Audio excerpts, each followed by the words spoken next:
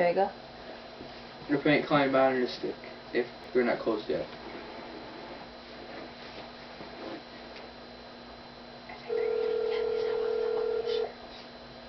All the ones that I didn't care about doing over. So it's probably why. See? This one's Thank you for calling Modern District Cleaning and Restoration. One moment, please, and we'll be right with you. Okay. I think that was recording. Yeah, I was wondering if that was recording or if that was a person.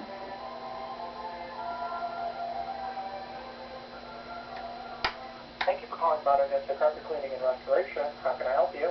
How much is the carpet cleaning? I made an after-hours emergency line for them.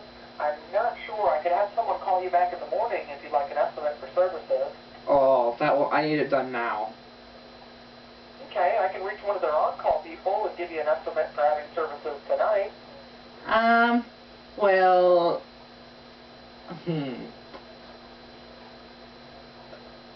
How much?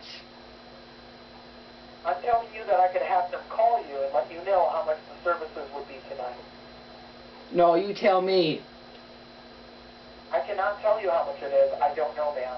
I can have someone on call you back. I am not a ma'am.